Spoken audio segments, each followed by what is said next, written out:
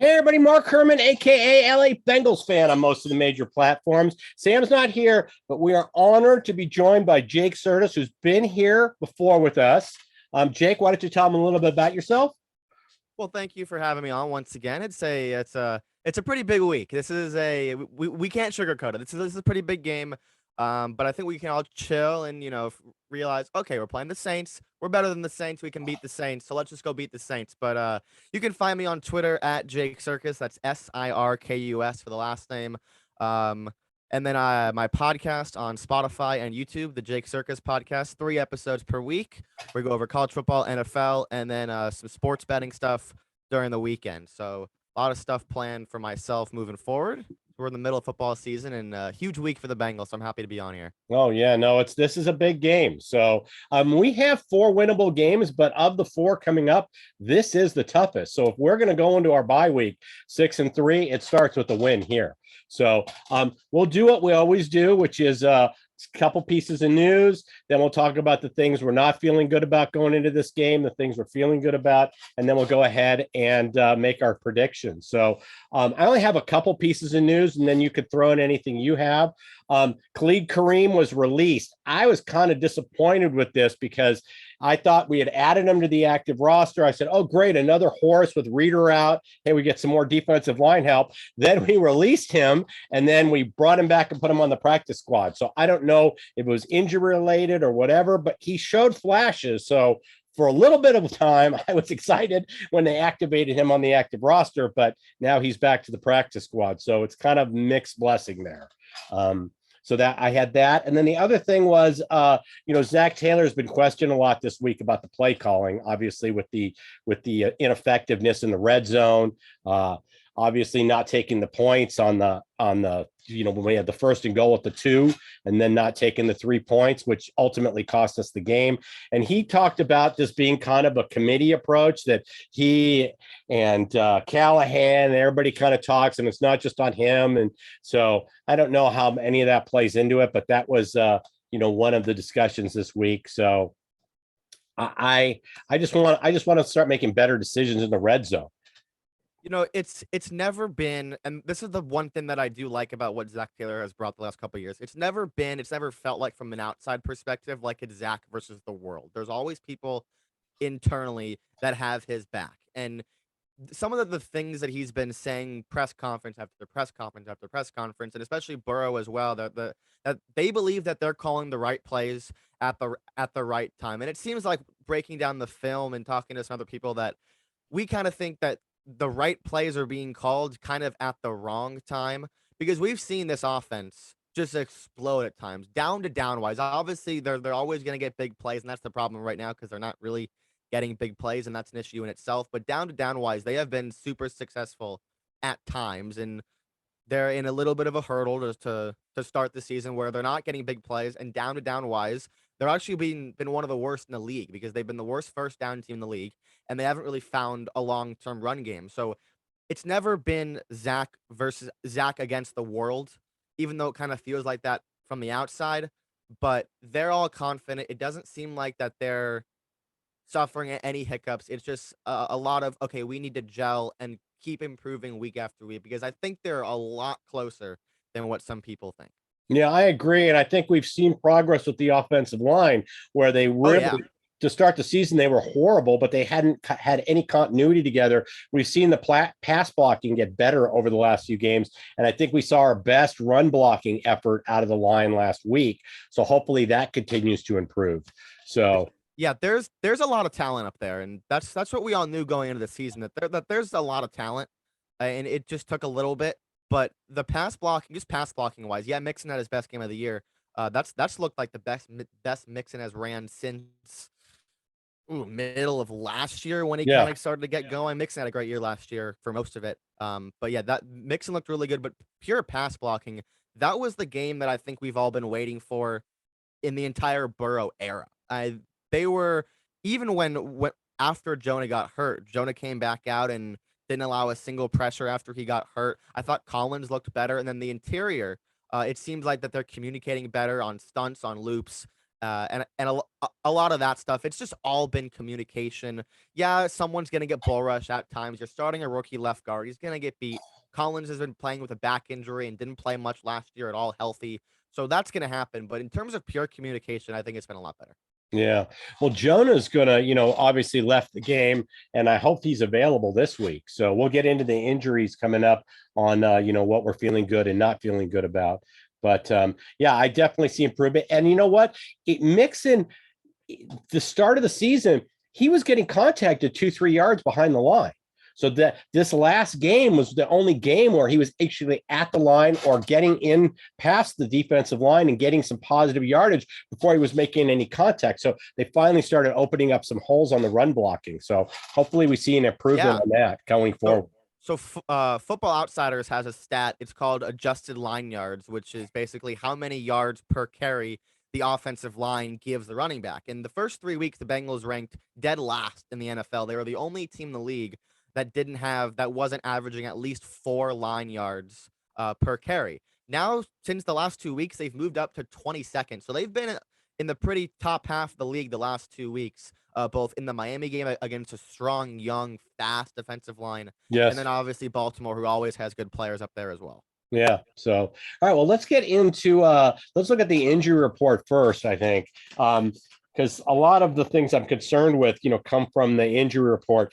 Collins didn't practice again this week, or he's limited. Didn't practice Wednesday. He's limited today. That doesn't surprise me. It's been like the last 2 weeks. He's been limited and he has played. He hasn't played well, but he has played. So I expect to see him. The Jonah Williams didn't practice either day. So that's a concern. Sure. And we've seen Jonah kind of struggle. Jonah missed 6 games in 2020 and then hasn't missed a single game since. So he wants to be out there. And we saw him, come back out there after that knee injury on Sunday, and he came back out, performed really, really well, kind of really showed off. All right, remember, he's in a contract year, so he wants a contract extension. So he's not trying to miss any games. So I assume if there's any chance that he's able to play, he's going to be out there. Maybe Higgins. I assume we'll talk about Higgins as well. Yeah, might be a little more inclined to miss a game. It's second straight road game. They had a long week last week, and he still was playing hurt. So this is more of a long-term thing for T. So maybe we won't see him out there. But if if there's any chance Jonah's going to go, Jonah's going to go. Yeah. With Higgins, all right, so Hayden Hurst was limited, but he was limited last week, and he was played effectively on Sunday night. T.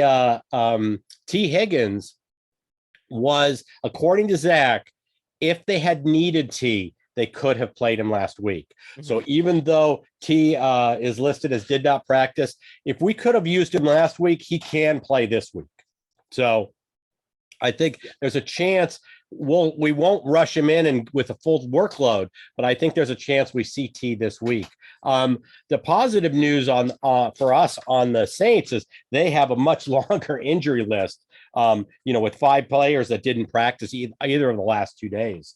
So Michael Thomas being one of them. I don't know that we see him. Jameis Winston's obviously out. Jarvis Landry's banged up. He hasn't practiced the last 2 days.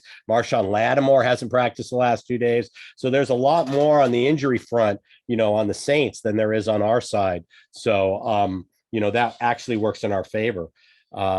Let's just jump in and say what we're not feeling good about. And I can get us started off. Taysom Hill, 5 touchdowns, this season, 3 rushing. They run he runs out of the Wildcat. He's lined up as a tight end, plays as a tight end, but he's a threat. Yeah, Taysom's always a threat. I'm trying to think back to the last time we played the Saints. It was in 2018, and we were a really fake 5-3 team at that point. We started 4-1. The Chiefs just thrashed us on Sunday. We were a fake good team towards the middle of 2018, and then we ended 6-10 after Dalton got hurt.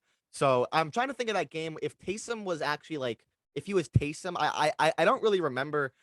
I'm not as worried because Taysom had a couple starts over the last few years where he's like full-time quarterback. Now he's fully rotated into a Wildcat specialty role. Yeah. But the Bengals have a really, really smart defense. This is not a Marvin Lewis. Now, the Bengals have had good defenses in the Marvin Lewis era, but there's a lot of intelligent football players on this team.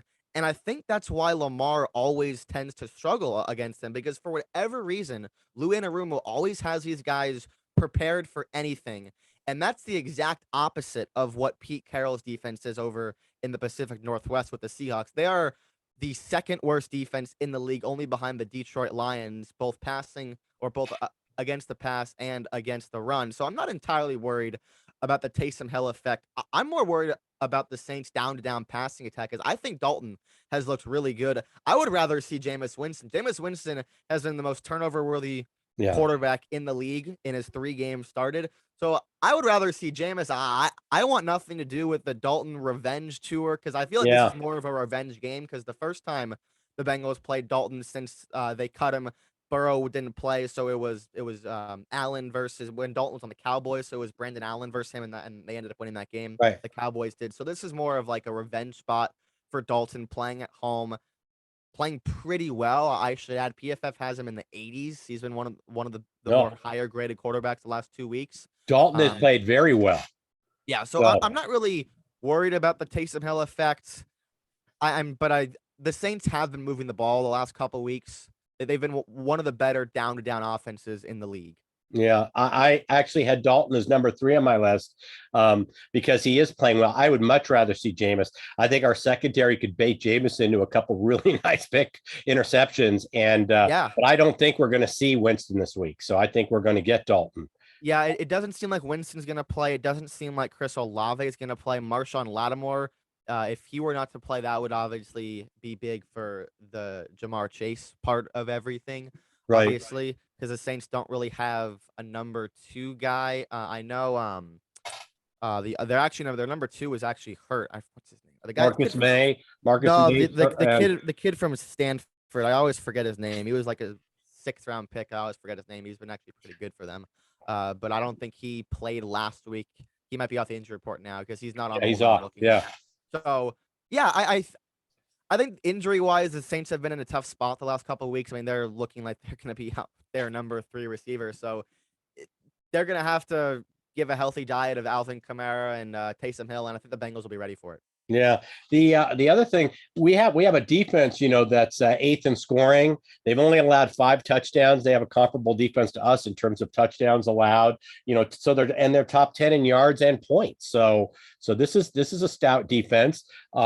But I think that we have, and the other thing I want to throw out there is they have a really good kicker. If this comes down to, because we've lost, they're bringing it up because we've lost 3 games by a field goal or less, at the end of the game. So I mean, Lutz is going to hit a 60-yarder if he needs to at the end. So we don't want it to come down to that. But I really, and the biggest last concern of mine is our red zone offense. That goes, how can you not be concerned with the red zone offense after you just watched what you've watched in our 3 losses? So those are my biggest concerns in terms of, I don't know if you want to play off any of those.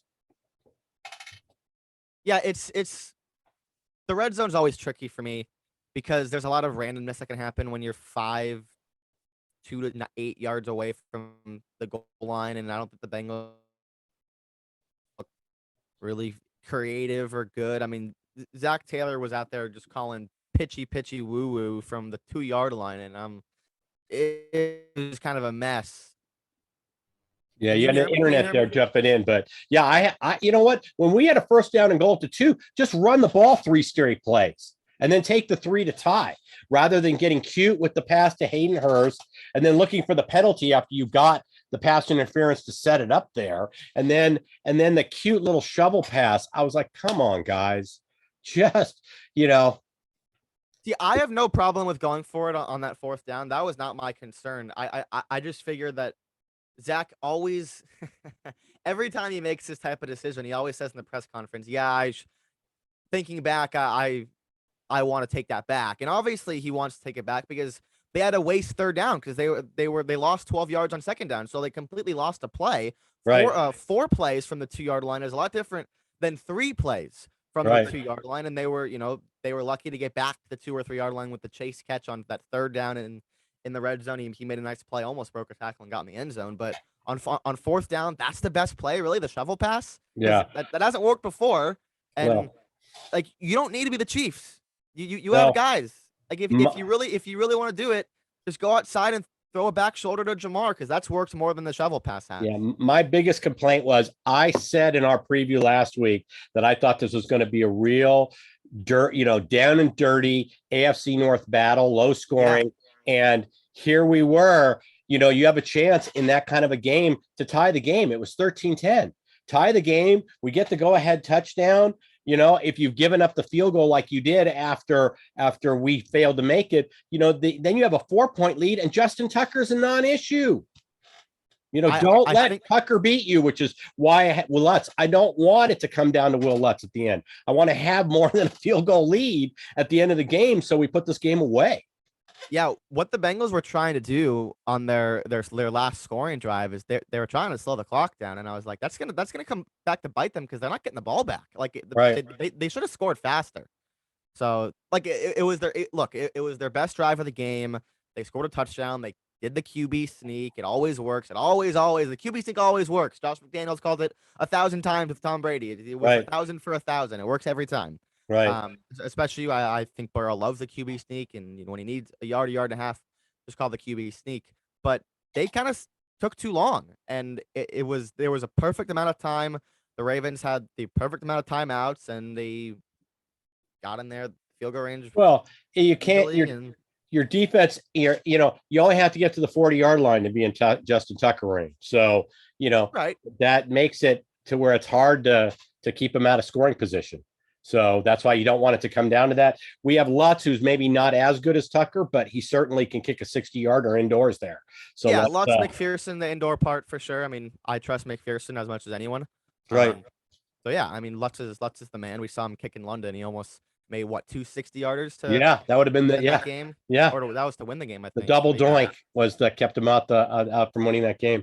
Well, let's shift over to something positive, and let's talk about the things that we're feeling good about. I already pointed out the first thing was that no Michael Thomas, no Lattimore. We have the possibility of not seeing some of their best players. I think that's a big plus. We have a homecoming for 3 guys here. We have Chase, who's a Louisiana native. Obviously Burrow. Having both of those guys played at LSU, these guys are going to get a cheer out of the tunnel. They're going to get, booed during the game, but they're going to get a warm reception when they walk out on the field. I've noted before on this show how many Saints fans we have watching, this channel now that have subscribed. So because we're kind of their surrogate team, the Saints were out of the playoffs last year, and all of Louisiana, I don't know if you know this on the TV ratings, but during the season, the 2 highest rated states for Bengal games, number 1 was Ohio, obviously, but the number 2 state in the country for TV ratings was Louisiana for Bengal games. I mean, we have they follow us. We are now their AFC team. So it's going to be a warm reception for them. And then you have Von Bell returning to his old team.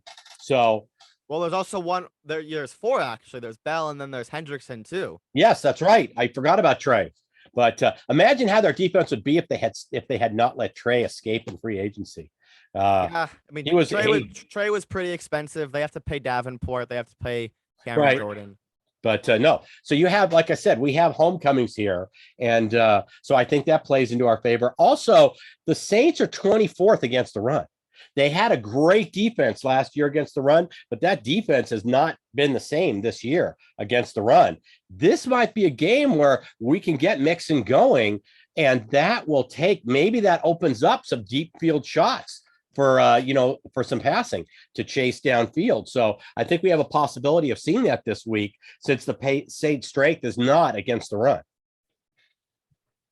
I hope so. I don't know how likely that is. I think some of the more advanced analytics would say that the Saints have kind of gotten a little unlucky, and they actually are pretty good run defense. PFF has them at number 6. They're the 3rd highest run defense in terms of success rate. So down to down there, they've been pretty good. But look, the Bengals, there's a reason why they spent so much on the offensive line. It's to be able to win up front, and they spent all that money on DJ Reader and Trey Hendrickson, and defensively, winning up front was a huge part of why they won, 3 playoff games last year. And right. It's because they won up front and they were playing very physical. But the Bengals haven't won the trench battle on the offensive side in years. And It's been since I think back 2015 was the last time where week after week we were saying, all right, the Bengals are going to play more physical than whoever they're playing. And so, look, I think week to week, as everything keeps as they keep gelling, eventually we'll be in a situation where we can say, yeah, the Bengals are going to come out very physical on both sides of the ball, and maybe that's where we start because I the Saints defensive line has kind of gotten worse um as the years have gone on. Like again, they lost Trey Hendrickson 2 years ago, and he's been great for their pass rush has not been Saints like this year. PFF has them at the 25th best pass rushing team and not getting many sacks. Right. Cameron Jordan and Marcus Davenport are both having down years. So if Jonah Williams is in there, I expect to have good games from Jonah Williams and La'el Collins in his 6th game with Cincinnati. So yeah, it's certainly a good spot for everyone. I don't think the Saints are, some run defense that, will run for 200 yards against them, but I think that as the season goes on, we'll be getting better matchups, and I think that this week is certainly one of those times. Yeah, I agree. So, the other thing was, Burrow they asked him in a presser if he was going to bring cigars down. First, he talked about how after the LSU game, there was somebody on the team whose dad was in the cigar business, and those were custom-made cigars, and had them for the team. And they asked him, "Are you going to have a cigar for this?" And he said, "No, for regular season game." So I would hope that's what he said. They're 2-3, so I don't think no one should be smoking cigars when you're 2-3. It's once again, it's a business. He said point blank, he's looking forward to going down there, but this is a business trip, and which is the right answer. Yeah, Burrow's a pro. I mean,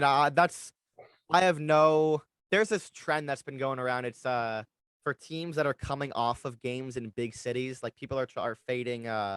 Someone was in Vegas a couple of weeks ago. So there's this trend that's going around. It's fading teams that are coming off of games in big cities. I don't care about Burrow. That's the least of my worries. He's a pro. Jamar's a pro. That's not gonna fade them. I mean, Hendrickson's a captain. Von Bell's a captain. It's not gonna. The emotions aren't really gonna get to them coming back home, place they got drafted and played multiple years and won a couple playoff games too. Yeah. Anything else you want to throw that you're feeling good about? I think this is the game where I think we see some explosives. There's if Lattimore, PJ Williams, and if they they're banged up, they might not play. This is the game where we see some explosives. I think they need to come out strong, and I'm looking for that to happen in the first half for a couple of big plays. All right. So the Vegas has the over under at 43. So you're saying take the over.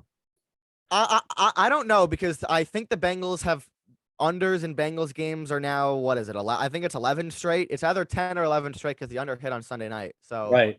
I am not saying to take the over. I did throw a little money on Bengals -1. I just think they're just the better team. The Sagarin ratings have the Bengals as 7-point favorites in this game. That's a power rating system that I trust a lot when I'm doing my own handicapping. But I don't know.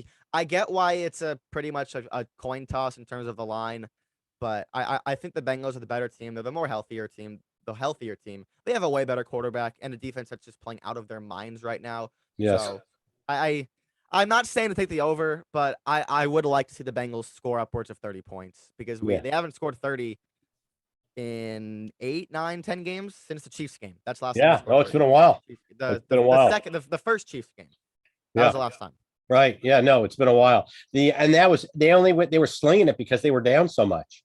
I mean, so so I actually money lined. I don't like giving up 1 point just in case it's 24-23. I hate that. So I'll pay the -120 or -130 and get it down to money line. But I money lined them and I teased them. The Bengals have lost by 3, 3, and 2. I mean, so if you could take 6 on a teaser, sure. I mean, to me, that's a no-brainer. So if you're doing teaser cards, I feel comfortable putting down the Bengals +6, and I money lined them. I did like the bet, so I'm right there with you. So, all right, well, let's do some score predictions. You want to go first, or you want me to go? Does the guest normally go first? Or? I just go with whatever. I have my prediction. We didn't talk about it before. I have no idea what your score is. It sounds like we're both going for the Bengals this week, so I don't think that's going to be a surprise. But I'm not copying your score or anything. So whatever you want to do. I will go first. I I think the Bengals win. I don't think they score 30, but I do think that they have a lead for most of the game. I think I'm gonna go with Bengals 24-20. So Vegas is 43, so I have 44 points being scored, but that is no way, shape, or form me telling you to take the over. No, no, no, That no, is no. not going to be on my card this Sunday. But I did also take Bengals money line. I do like the spot. I do think that they cover the one. I would hope so. If they win the game, they cover by one. But the Bengals are going to play in a lot of close games. They were in a lot of close games last year. They were in a lot of close games the year before that. And they're going to be in a lot of close games. It's just how Zach Taylor coaches. He Right. really struggles coaching with the lead, but they don't quit. So if they're behind, they're going to come back, and if they're ahead, they're going to let the other team come back. It's just how it's going to go. But I think these two teams right now, with the Saints having the home field advantage, these teams are pretty even. So I agree with where the line is. I think it's gonna be close, but I do have the better team coming out on top, and a pretty big road win to get back to 500 on the season.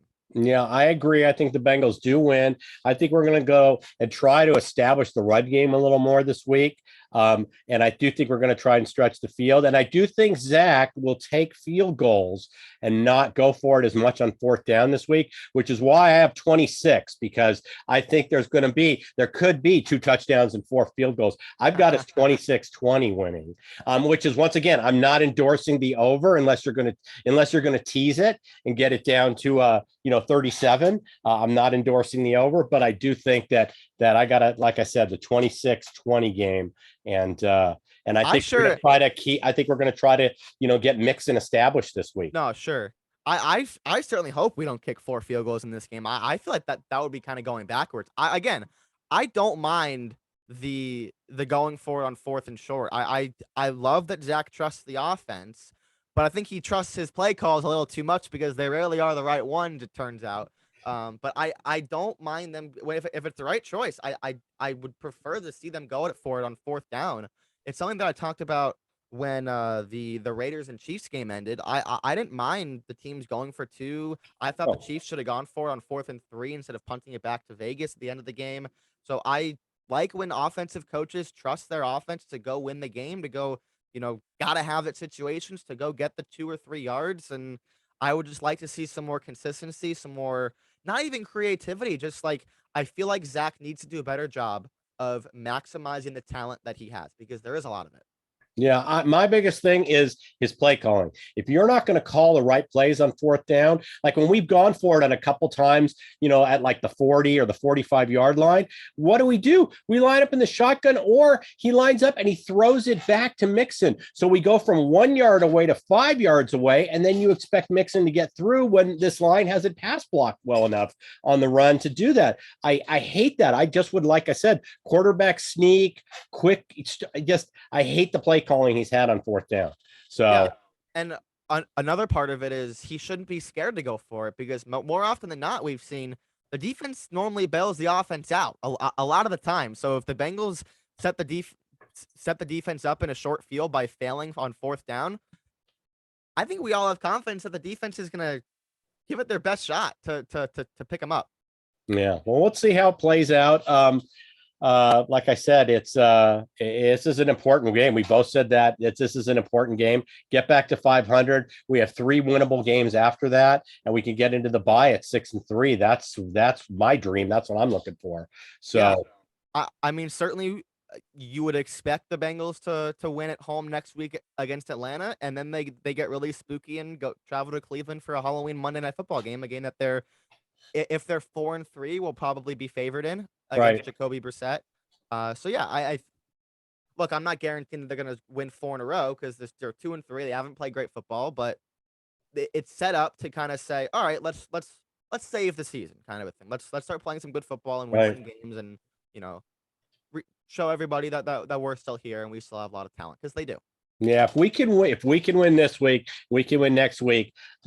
Cleveland is the one team that Burrow has not beaten in our division. He's lost all his games, and believe me, he knows that. So I don't think we lose that Cleveland game. Would love to put 2 wins in a row while we're on our way. We did, we started 0-2, we got to 2-2. We had the hiccup last week. We would have won the game if we kicked the field goal. So I mean, that's the old There was one thing I was told when I was very young. It's to never fall under the fallacy of the predetermined outcome, and that's kind of what that's doing. Is there was a lot of time left, so I don't know about that. If they were to kick the field goal, they would have won the game because a lot of stuff could have happened. But yeah, the game was not called very well in terms of what Zach Taylor was doing for the entire game. But I think they should have started a little faster. All right. Well, what I want you guys, first of all, if you don't subscribe, please subscribe. It's all we ask. So hit the subscribe button, hit the bell, get the notifications, and we'll be back with we'll put up a recap right after the game. Should be an exciting game. Jake, remind everybody where they can find your stuff and your podcast. Yeah, so give me a follow on Twitter. It's just at Jake Sirkus. It's just JakeSirkus. Be live tweeting about my one of my favorite quarterbacks, Carson Wentz, in tonight's Thursday night football game. Can't wait for that. And you can also subscribe or just listen to my podcast on Spotify and YouTube, the Jake Sirkus podcast. We got 3 episodes per week, one on Sunday, one on Wednesday, and then one on Friday mornings. All right, and we both have money on the money line, so we like it. So let's bring it home. Like I said, this is a big win. Let's get to 3-3. Jake, we're going to have you back many times this season, so looking forward to it. And with that, I'm going to say, hoo day, everybody. Take care.